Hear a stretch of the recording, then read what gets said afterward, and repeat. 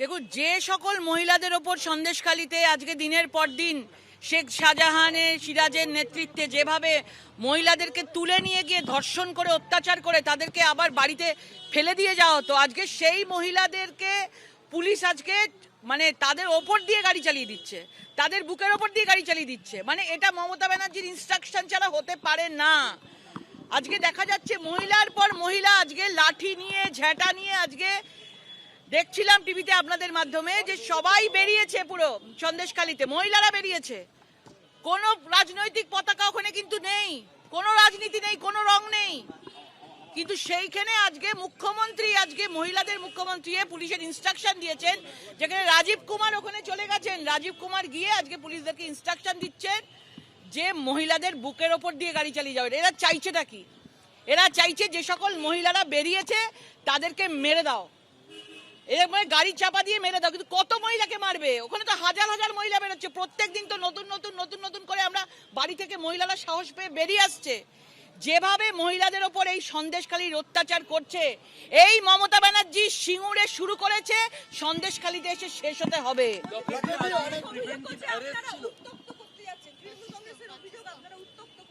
তাহলে তখন যখন মহিলাদেরকে দিনের পর দিন তুলে নিয়ে গিয়ে রাত্রিবেলা 12টা-1টার সময় ফোন করে তাদের বাড়িতে, তাদের পার্টি অফিসে রেখে দেওয়া হতো, তখন এটাকে কি বলে? উত্ত্যক্ত করা বলে না মনোরঞ্জন বলে?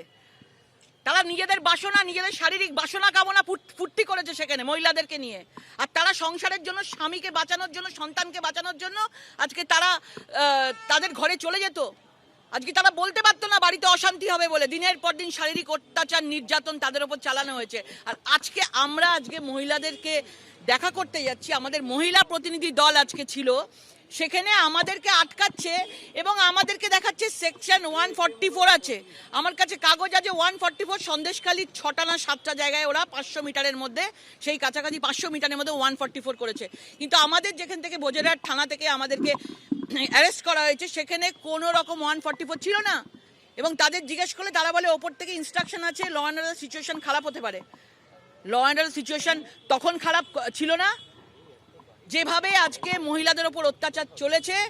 সন্দেশখালী আমাদের বাংলার লজ্জা। আজকে আপনাদের মাধ্যমে সন্দেশখালী বেরিয়ে এসছে, আরও কত না সন্দেশখালী আমাদের পশ্চিমবঙ্গে কোনায় কোনায় রয়েছে, কোনায় কোনায় সন্দেশখালীর মায়েরা কাঁদছে, কিন্তু এখনো পর্যন্ত বলতে পারছে না। আমরা বিশ্বাস করি আজকে এই মহিলারা, সন্দেশখালীর মহিলাদেরকে আওয়াজ দেখে আমরা বিশ্বাস করি আপনাদের মাধ্যমে আরও সন্দেশখালী বেরিয়ে আসবে, আরও তারা বুকের সাহস নিয়ে নারী শক্তি আসে আগে আগে এগিয়ে যাবে। এবং মমতা ব্যানার্জি বাংলার কলঙ্ক, মমতা ব্যানার্জি বাংলার লজ্জা। ইতিহাসের পাতায় মমতা ব্যানার্জির নাম থাকবে, যিনি একজন মহিলা হয়ে 500 টাকা থেকে 1000 টাকা বাজেটে করে দেয় শুধুমাত্র হিন্দু মহিলাদেরকে খুঁজে খুঁজে নিয়ে গিয়ে শেখ শাহজাহানের মতো ঘরে ঢুকে দেওয়া।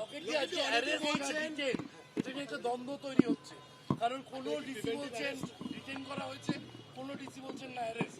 আপনাকে কি বলা হয়? দেখুন, কোনো কিছু বলেন, এটা ইললিগাল। কোনো রকমভাবে একজন সাংসদকে সেখানে কোনো ওয়ারেন্ট, কারুর কিছু ছাড়া সেখানে এইভাবে একজন সাংসদকে করতে পারেন না। কোনো লিখিত কাগজ দেখাতে পারেনি তারা, কোনো লিখিত কাগজ দেখাতে পারেনি, শুধুমাত্র ওপর থেকে নির্দেশ আছে। আমাদের বলছে ট্রাফিক জ্যাম হয়ে যাবে, উচ্চ মাধ্যমিক পরীক্ষা আছে, এই জন্য আপনাদের যেতে দেওয়া হবে না, এই ধরনের কথা বলছে। উচ্চ মাধ্যমিক পরীক্ষা স্টুডেন্টকেও তুলে নিয়ে যাওয়া হচ্ছে সন্দেশখালী থেকে, আর এখানে আমাদের উচ্চ মাধ্যমিক দেখাচ্ছে। আমি বললাম পুলিশদের, আপনাদের ঘরে মা বোন নেই? আজকে যদি আপনাদের ঘরের মা বোনদের সন্দেশখালী হয়ে যাবে না, তখন রাস্তায় দাঁড়িয়ে পড়তে হবে উর্দি ছেড়ে, এটা যেন তারা মনে রাখে। মমতা বন্দ্যোপাধ্যায় বলেছেন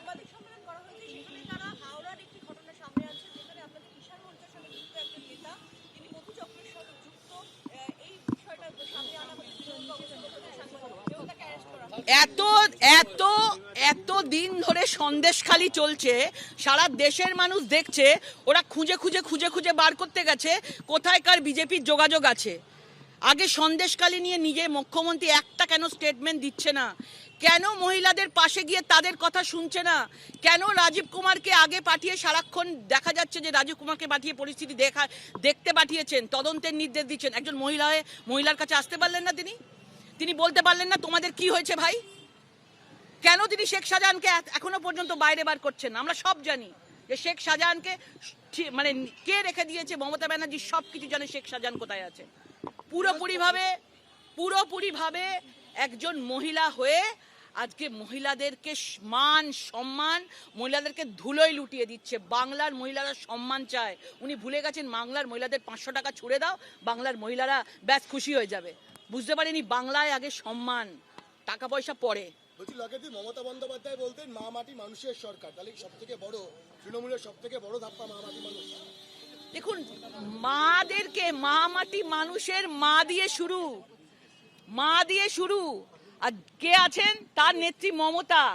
মা আর মমতাকে ধুলোয় লুটিয়ে দিয়েছে, ধুলোয় লুটিয়ে দিয়েছে মাকে আর মমতাকে, মাটিতে মিশিয়ে দিয়েছে মহিলাদেরকে। আমাদের বাংলার মাদেরকে ওই বাংলার মেয়ে বলে ভরছে, বাংলার মাদেরকে মাটিতে মান সম্মান মিশিয়ে দিয়েছেন মমতা। তো মমতা হচ্ছে আমাদের নারী জাতির কলঙ্ক। আজকে মমতা শব্দটাও আমার মনে হয় ইতিহাসে আর কেউ ভুল করে, মানে ইতিহাসে মমতা শব্দটাকে পাল্টাতে হবে। এই মমতা নামটা আর কেউ নেবে না। মমতা নামটা এত কলঙ্কের নাম হয়ে গেছে যে মমতা নামটা আর কোনো কারুর মুখে দেখবেন বাংলাতে থাকবে না। লকেটদি, এই বিহাদ উত্তীর্ণ হওয়ার পরও 9 জায়গায় নতুন করে 144 ধারা রেখে দেওয়া হলো, যদিও বলা হচ্ছিল আজকে তা শেষ হয়ে যাবে, কিন্তু জারি রাখতে হচ্ছে এত অশান্তি, এমনটাই স্থানীয় প্রশাসন দাবি করছে। দেখুন 144 ধারা জিয়ে রাখা, দেখুন 144 ধারা জিয়ে রাখছে কারণ সাধারণ আমাদের মতন লোকেরা তারা সেখানে দেখতে যাচ্ছে, পরিস্থিতি দেখতে যাচ্ছে বলে। আজকে মানে নিজেরা যখন মন্ত্রীদেরকে পাঠাচ্ছে তাদের জন্য কোনো 144 ধারা নেই, তারা ওখানে গিয়ে বাড়ি বাড়ি গিয়ে হুমকি দিচ্ছে। যারা টিভির ক্যামেরার সামনে গিয়ে আন্দোলন করেছে, যারা এই বিষয় নিয়ে মুখ খুলেছে, তাদেরকে গিয়ে সেই মন্ত্রীরা গিয়ে বলে আছে তাদের জন্য কোনো 144 ধারা নেই। আজকে যখন বিজেপির লোকেরা, বিজেপির মহিলারা, আজকে আমাদের নেতারা সবাই যখন আজকে যাচ্ছে, তখন আমাদেরকে 144 ধারা দেখানো হচ্ছে। মানে ধিক্কার জানাই এই পুলিশ প্রশাসনকে। পুলিশদেরও আর মান সম্মান বলে কিছু নেই, তাদেরও মনে হচ্ছে বাড়িতে মা বোন নেই। একটা অভিযোগ আসছে গ্রামবাসীদের তরফ থেকে, ডিজি বা এডিজি র্যাঙ্কে যারা পুলিশ কর্তা তাদের পাশাপাশি নিচতলায় পুলিশ কর্মীরা গিয়ে যারা প্রতিবাদ করছে তাদেরকে বলা হচ্ছে তোমরা চুপ করে যাও, যত ব্যবস্থা নেওয়া হবে। কিচ্ছু, যতই ভয় দেখাক, সন্দেশখালীতে সুনামি, সন্দেশখালীর এই সুনামি বন্ধ হবে না। পশ্চিমবাংলার অনেক সন্দেশখালী এই সুনামি থেকে বেরিয়ে আসবে। যেভাবে আজকে কোনো ঝান্ডা ছাড়া, কোনো কেউ নেতা ছাড়া যেভাবে সন্দেশখালীর সাধারণ মহিলারা সাহস নিয়ে, না তারা দিন আনে দিন খায়ের মতো তাদের দেখলে বোঝা যায়, তারা যেভাবে তাদের প্রাণ হাতে করে মেরুদণ্ড সোজা করে মহিলারা যেভাবে আজকে বেরিয়ে এসেছে সন্দেশখালীর এই সুনামি, কোনো পুলিশ কোনো কাউকে এই তৃণমূল সরকারকে আর বাঁচাতে পারবে না। যত নেতা মন্ত্রীরা প্রেস কনফারেন্স করে ফাটিয়ে দিক, তারা খুঁজে খুঁজে খুঁজে খুঁজে কোনা কোনা থেকে তারা নিয়ে আসুক, লাস্ট 10 বছর থেকে বিজেপি কি করেছে সারা দেশ থেকে কুড়িয়ে বাড়িয়ে নিয়ে আসুক, কিন্তু এই সন্দেশখালী সারা দেশকে নাড়িয়ে দিয়েছে। ইরাক, ইরান এর মতো জায়গা থেকে, পাকিস্তানের মতো জায়গা থেকে আমরা নিজেরা এই ধরনের মানে স্টোরি, এই ধরনের গল্প আমরা শুনেছি যে মহিলাদেরকে একদিকে যখন যুদ্ধ চলতো আর অন্যদিকে মহিলাদেরকে উঠিয়ে নিয়ে এসে কিডন্যাপ করে হাত পা বেঁধে তাকে গণধর্ষণ করতো লোকেরা, সেই জঙ্গি গোষ্ঠী গণধর্ষণ করতো। তারপর সে মরে গেলে মেরে ফেলতো, নাহলে খুন করে ফেলতো, কেটে দিত, জ্বালিয়ে দিত, নাহলে ফেলে দিত। আজকে সেই জায়গায় সন্দেশখালী দাঁড়িয়েছে। এখনো কেন শেখ শাহজাহান অ্যারেস্ট হচ্ছে না? কেন হচ্ছে না? কেন উনি কি এমন শেখ শাহজাহানের কাছে আছে মধু যে শেখ শাহজাহানকে উনি অ্যারেস্ট করতে পারছেন না? পরিষ্কার বোঝা যাচ্ছে 30% ভোট ওনার কাছে আছে। এই 30% ভোট যদি না পান এই লোকসভায় একদম রসগোল্লা হবে, সেই জন্য করছে। 21-এর ভোটের আগে বিজেপি কর্মীদের সাথে কথা বলার অপরাধে এক তৃণমূল কর্মীর বাড়ি গুড়িয়ে দেওয়া হয় এবং আজকে 3 বছর পর তিনি তার বাড়িতে ফেরত যেতে পারলেন। এটাও সন্দেশখালীর একটা দিক হিসেবে উঠে আসছে শেখ শাহজাহানের তাণ্ডবে। কিভাবে দেখছেন যে তৃণমূল কর্মীর বাড়ি বিজেপি কর্মীদের সাথে কথা বলার অপরাধে তৃণমূল নেতা ঘুরিয়ে দিলেন 3 বছর পর নিজের এলাকায়? মানে ভেবে দেখুন, বলছি তো, মানে যে মা বোনেরা বেরিয়ে এসছে তাদের পেছনে বাড়িতে দেখবেন মমতা ব্যানার্জির ফটো দেওয়া আছে। এটা এরকম নয় যে কোনো রাজনৈতিক বিস্ফোরণ হয়নি, এটা অটোমেটিক্যালি স্পন্টেনিয়াস বিস্ফোরণ হয়েছে। পেছনে মমতা ব্যানার্জির ছবি আছে, তারা মমতা ব্যানার্জিকে ভোট দিয়ে মহিলাকে নিয়ে এসেছিল, কিন্তু তারাও আজকে রাস্তায় বেরিয়েছে। মানে তৃণমূল, বিজেপি, সিপিএম কিচ্ছু নেই, এই বামফ্রন্টের 34 বছরের শেখ শাহজাহানকে পুষে রেখেছে তারা। তাদের হাতে তুলে দিয়েছে, তৃণমূল সরকারকে হাতে তুলে দিয়েছে। সেই শেখ শাহজাহান মানে সেইভাবে মানে সে দাপিয়ে বেরিয়েছে, আজকে মাঠ পর্যন্ত নিজের নাম লিখে নিয়েছে। মানে ভেবে দেখুন, পুলিশরা গিয়ে তাদের লজ্জাবোধ হচ্ছে না, মাঠের ওই শেখ শাহজাহানের দখল করা মাঠে সাদা চুন দিয়ে শেখ শাহজাহানের নামটা তুলছে। এই পুলিশদের যেভাবে পুলিশরা আজকে চোখের সামনে মহিলাদেরকে দেখেছে যে তাদেরকে দিনের পর দিন উঠিয়ে তুলে নিয়ে যাওয়া যেত, তা এতদিন ধরে পুলিশ কেন কিছু করেনি? নবান্ন থেকে নির্দেশ আসেনি? মমতা ব্যানার্জি বন্দ্যোপাধ্যায় থেকে নির্দেশ আসেনি?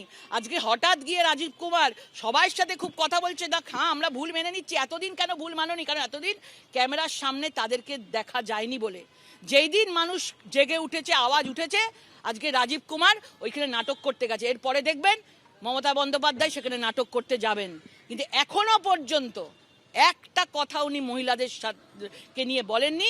পুরোপুরিভাবে উল্টে বলছেন এরা দাপাদাপি করছে, এরা ছোট একটা ঘটনা বড় করছে। কিন্তু একটাও যে সকল মহিলারা এত আজকে আওয়াজ তুলেছে, একটাও তাদেরকে নিয়ে কথা বলেনি। এটা খুব আশ্চর্যজনক। সিরাজের খোঁজ পাওয়া গেছিল, শাহজাহানের ছোট ভাই সিরাজ। এবারে শাহজাহানের আরেক ডান হাত বেরোলো তৃণমূল নেতা অজিত মাইতি। আজ তারও বাড়িতে আগুন, তারও সম্পত্তি। যদি পুলিশ কিছু না করে, আমি তো বলবো পুলিশ যদি কিছু না করে তাহলে ওই সকল মহিলাদের হাতে তুলে দেওয়া হোক, ওই সকল মহিলাদের হাতে তুলে দেওয়া হোক। যেদিনকে ওই মহিলাগুলোকে শেখ শাহজাহান, এই অজিত মাইতি, সিরাজের হাতে তুলে দেওয়া হয়েছিল, তখন পুলিশ কিছু যখন করেনি, আজকে ওই সকল লোকেদেরকে এই মহিলাদের হাতে তুলে দেওয়া হোক।